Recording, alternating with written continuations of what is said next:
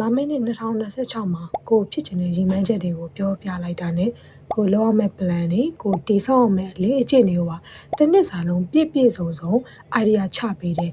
application တစ်ခုရှိတယ်။ဒီ application ကမျိုးဆိုရင်လည်းတင်ဘူးတယ် Trello ဆိုတဲ့ application မှာ Trello က Notion လိုပဲ free template တွေလည်းသုံးလို့ရတယ်ကိုယ့်ဘာကိုလည်း template တွေတည်ဆောက်လို့ရပါတယ်အခုအမီဆိုပြမယ့်ဟာလေးကကျတော့ AI နဲ့ Trello နဲ့ပေါင်းပြီးထုတ်လို့ရတယ်ကိုယ့်ရဲ့တစ်နှစ်စာ template လေးဖြစ်တယ် AI နဲ့ထုတ်ပေးထားတဲ့ template မှာဆိုလို့ရှိရင်ဘာတွေပါလဲဆိုရင် तू ကဒီမှာကိုယ့် vision တွေ goals တွေဘာတွေပါဆိုတာချရေးလို့ရမယ်နောက်တစ်ခုကကိုလုံးမဲ့ plan တွေဒီ3လအတွင်းမှာဘာတွေလုပ်ပါပေါ့ပျော်ရွှင်ဖို့တက်ဘာတွေလုပ်ပါနောက်တစ်ခုကကျတော့ဒီလိုမျိုးအလေးအကျင့်တွေစောင့်ရှင်နေဆိုလို့ရှိရင်ဘယ်လိုမျိုးလေးကျင့်တွေတည်ဆောက်ရမယ် reflection လုပ်ရမယ် exercise တွေလုပ်ရမယ်နောက်တစ်ခုကျ reflection လုပ်ဖို့အတွက်ကိုဘာတွေလေ့လာခဲ့ပါတယ်နောက်ထပ်ဘာတွေဆက်လုပ်မယ်ဆိုတာကိုယ့်ရဲ့တစ်နှစ်စာ action plan အနေနဲ့သူကထုတ်ပေးတာဖြစ်တယ်ဒီဟာမျိုးကိုထုတ်ချင်လို့ရှိရင်ကိုယ့်ရဲ့ဒီ Trello ဒီ laptop မှာဆိုလို့ရှိရင် Windows MacBook မှာဆိုလို့ရှိရင်ကိုယ့် Trello application နဲ့ဝင်လိုက်ပြီဆိုလို့ရှိရင်ဒီ create ရဲ့ဘေးမှာ create ထဲကိုဝင်လိုက်တာနဲ့ပေါ့နော်ဒီလိုမျိုး AI generator ဆိုတာလေးမြင်ရလိမ့်မယ်နောက်တစ်ခုကကျဒီအောက်မှာလည်းဒီ2026အနေနဲ့သူတို့ congratulation လုပ်တဲ့ပုံစံလေးနဲ့ပေါ့နော်ဒီလိုဟာလေးမြင်ရမယ်အဲ့မှာဆိုလို့ရှိရင်ဒီမှာကိုဖြစ်ချင်တဲ့ goal ဆိုရိုက်ထည့်ပြီးတော့ထုတ်လို့ရတယ်မျိုးတို့ကအဲ့လိုမျိုးဒီလို template လေးကိုဘယ်လိုထုတ်အောင်မယ်ဆိုတာကိုဒီ tutorial လေးမှာပြပေးပါမယ်အဲ့ဆိုရင် Trello application နဲ့ဝင်လိုက်တာနဲ့မြင်ရမယ်ဒီမှာဆိုလို့ရှိရင် Trello ပေါ့နော် Trello application နဲ့ဝင်လိုက်တာနဲ့ဒါလေးမြင်ရမယ်အဲ့မှာဆိုလို့ရှိရင်ဒီဘေးမှာဆိုလို့ရှိရင် create အောင်မှာမပါဘူးပေါ့နော်အဲ့ဒါကြောင့်မို့လို့ကိုအမြဲသုံးနေကြ template တစ်ခုကိုသွားပါအဲ့ဆိုရင်ဒါမီဆိုသုံးတဲ့ to do list သုံးတဲ့ဟာပေါ့နော်အဲ့မှာဆိုလို့ရှိရင်အောက်မှာလည်းမြင်ရတယ်ဒီမှာလည်းမြင်ရတယ်ဒါပေမဲ့ तू ကအခုမှစသုံးနေကြရတယ်ဆိုလို့ရှိရင်မြင်ချင်မှမြင်ရလိမ့်မယ် Trello ကိုသုံးလာရတဲ့သူတွေဆိုလို့ရှိရင်တော့ဒီ features လေးကရတယ်လို့တွေ့ရတယ်ပေါ့နော်အဲ့တော့ကိုယ့်ရဲ့ application မှာရမရတော့ကိုယ်တိုင်ပဲသွားချက်ကြီးမှရမှာပေါ့နော်အဲ့တော့ဒီ Trello ကို laptop နဲ့သုံးနေသူတွေဆိုလို့ရှိရင် application ရဲ့ဒီနေရာလေးမှာသွားပြီးတော့ချက်လိုက်ပါဒီဟာလေးကိုနေလိုက်မယ်နေလိုက်ပြီဆိုလို့ရှိရင်ဒီနောက်ထပ် create ဆင့်ကိုတွားလိုက်ပြီဆိုလို့ရှိရင်ဒါရပြီပေါ့နော်အဲ့မှာကိုဖြစ်ချင်တဲ့ goals ကိုရိုက်ထည့်မယ်မီဆိုလို့ရှိရင်မီဆိုဖြစ်ချင်တဲ့ goals လေးတွေရိုက်ထည့်ထားမျိုးရှိရပေါ့နော် okay ဒါလေးကို copy ကူးလိုက်မယ်ပေါ့နော်တခြားဟာတွေလည်းထည့်လို့ရတယ်နော်ဒါလေးကို screenshot ရိုက်ထားခြင်းလည်းရတယ်ကို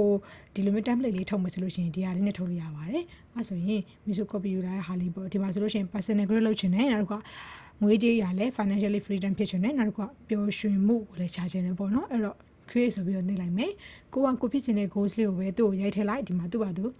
create လုပ်နေပြီပေါ့နော်ဒီမှာဆိုလို့ရှိရင်45စက္ကန့်လောက်တော့စောင့်ရတယ်ပေါ့နော်စောင့်ပြီးလို့ရှိရင်ဒီမှာရလာပြီဒီမှာဆိုလို့ရှိရင်သူကခေါင်းစဉ်တက်ပေးထားတယ် growth လည်းပါတယ် financial freedom လည်းပါမယ်ပျော်ရွှင်မှုလည်းပါမယ်ပေါ့နော်ကိုဖြစ်ချင်တဲ့ goals လေးတွေပါဒီမှာဆိုလို့ရှိရင်ကိုယ့် vision goals ကဘာတွေပါဆိုတာကိုချရေးလို့ရမယ်ဆိုလို့ရှိရင်ချရေးမယ်ပေါ့နော်ဒီမှာဘယ်နေရာမှာတိုးတက်ချင်ပါတယ် financial ဆိုရင်လည်းဘယ်လောက်တော့စုမိချင်ပါတယ်နောက်တစ်ခါပျော်ရွှင်ဖို့အတွက်ဆိုရင်လည်းဘယ်လိုမျိုး mindset တွေကိုဝှမြူချင်တယ်ပေါ့နော်ဒါလေးရေးမယ်နောက်တစ်ခါကျတော့ကိုယ့်ရဲ့ focus ပေါ့နော်ဘာလို့လဲဆိုတော့နှစ်အစမှာကိုယ့်ရဲ့ focus ကပုတ်ပြီးတော့ရေးကြည့်လေမဟုတ်ရင်လမ်းလွဲသွားမယ်အဲ့ဒါကြောင့်မလို့သူပြောတဲ့အတိုင်းစပြီးတော့လုပ်မယ်ပေါ့နော်ဒီမှာဆိုလို့ရှိရင်ကိုဒီနှစ်မှာပါရလိုချင်တဲ့ဆိုတဲ့ဟာတွေကိုချရေးမယ်နောက်တစ်ခါကျဒီ budget လည်း plan လုပ်မယ်ပေါ့နော်နောက်တစ်ခုကဒီမှာဆိုလို့ရှိရင် saving လုပ်တာတွေပါမယ်နောက်တစ်ခုကကိုဖြစ်ချင်တဲ့ဒီ scale တစ်ခုသင်ယူမယ်အလေးချင်းတွေတည်ဆောက်မယ်အဲ့ဒါမျိုးသူပြော plan ဒါလေးလုပ်မယ်ပေါ့နော်နောက်တစ်ခါကျတော့ဒီကိုယ့်ရဲ့ road map ဆိုပြီးတော့သူဒီမှာရေးပေးထားတယ်အဲ့ထဲကိုဝင်လာလို့ရှိရင်လည်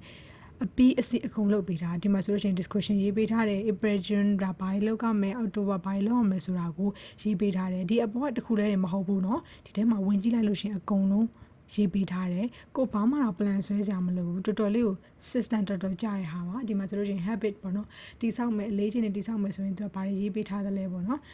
ကြည့်လို့ရမယ်နောက်တစ်ခုကဆိုလို့ရှိရင်ဖတ်တာတွေသင်ယူတာတွေအမြဲတမ်းလုပ်နေဖို့ပြောပြတယ် progress ဆိုရင်လည်းကိုဒီမှာဘာလုပ်ဖြစ်နေလဲနောက်တစ်ခုက reflection တွေဘာလဲတခါလေးရေးလို့ရတယ်ပြီးလို့ရှိရင်ကိုထည့်ခြင်းနေဆိုရင်ဒီမှာလည်းထပ်ပြီးတော့ cut လေးပါထပ်ပြီးတော့ထည့်လို့ရသေးရပေါ့နော်အဲ့တော့